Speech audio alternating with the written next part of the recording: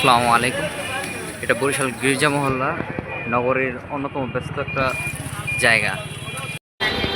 আজকে এখন বরিশালের যে একটা আদি প্রতিষ্ঠান, সেটা হলো দধি ঘর।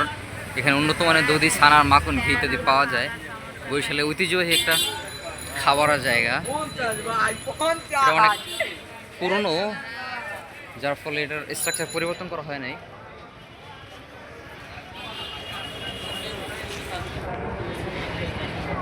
হ্যাঁ, ঐতিহ্য ধরে রাখার জন্য এটাকে আগের অবস্থায় রাখা হয়েছে, নতুন করে তেমন কোনো বিল্ডিং স্ট্রাকচার করা হয় নাই।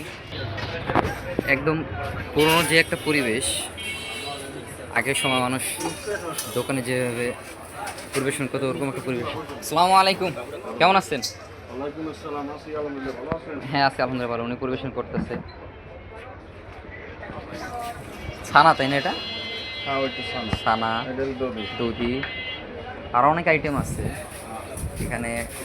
চার টানানো আছে, দেখাই কী কী আইটেম অ্যাভেলেবল আছে। তো দোকানের যিনি মালিক আছেন ওনার যদি কিছু বলেন। ভাই আপনাদের, হ্যাঁ এখানে কীরকম কী? এটা তো জানি অনেক পুরনো একটা দধি ঘর। এখানে ঐতিহ্যভাবে বরিশালের, এখানে নিউজও করা হয়েছিল। আমি একবার পত্রিকায় দেখছিলাম দধি ঘর সম্পর্কে। এখানে নিউজটা করা হয়েছিল ঢাকা দ্য ডেইলি স্টার থেকে নিউজটা করা হয়েছিল, যে আপনারা দেখেন। তো ভাইয়ের সাথে আমরা একটু কথা বলবো। আপনার দোকান সম্পর্কে কিছু বলেন। আমাদের দোকানটা হচ্ছে 95 বছর বরিশাল গির্জামাল অবস্থিত। এটা আমার দাদা করছে, বাবা করছে, এখন আমরা দেখাশোনা করতেছি।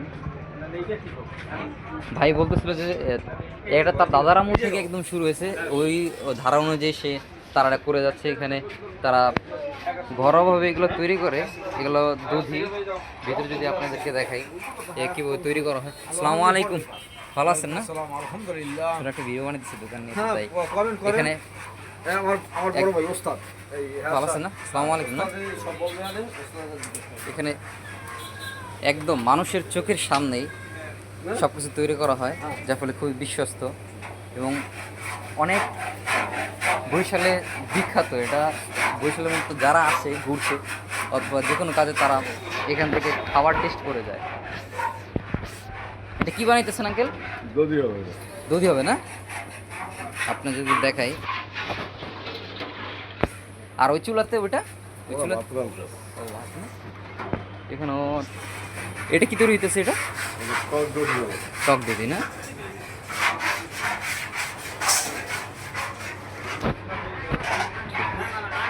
এখানে যে আইটেমগুলো অ্যাভেলেবেল আছে তার চার্ট, এটা যে যার ইচ্ছা মতো এখানে চার্ট করতে পারে।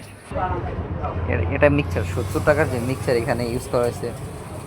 ছানা, দধি, চিরা মুড়ি আছে। আর ঘোল দিচ্ছেন নাকি? এটা দই, চিরা, ঘোল, মুড়ি, ছানা, এই মিক্সচার। কেমন দাম আছে? কি সব দিলে তো? না হইতেছে। হ্যাঁ হইতেছে, আপনি ধরে ও আবার কি করবো না